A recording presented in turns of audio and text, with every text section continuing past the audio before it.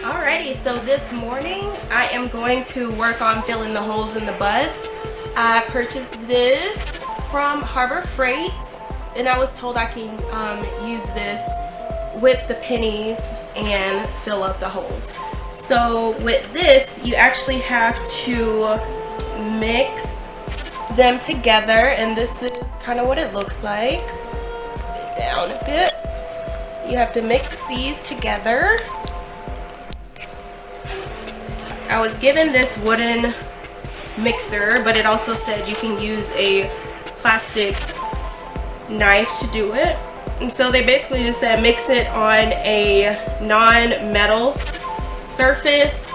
So I'm just using a plastic plate that I don't care about.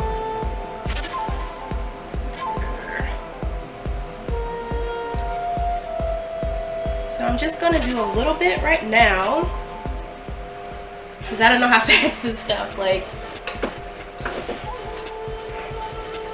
dries out and hardens. So I don't even know if you can see it.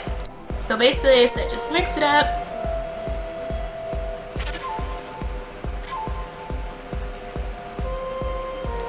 And I already swept the area that I'm gonna start using first, or start working on first.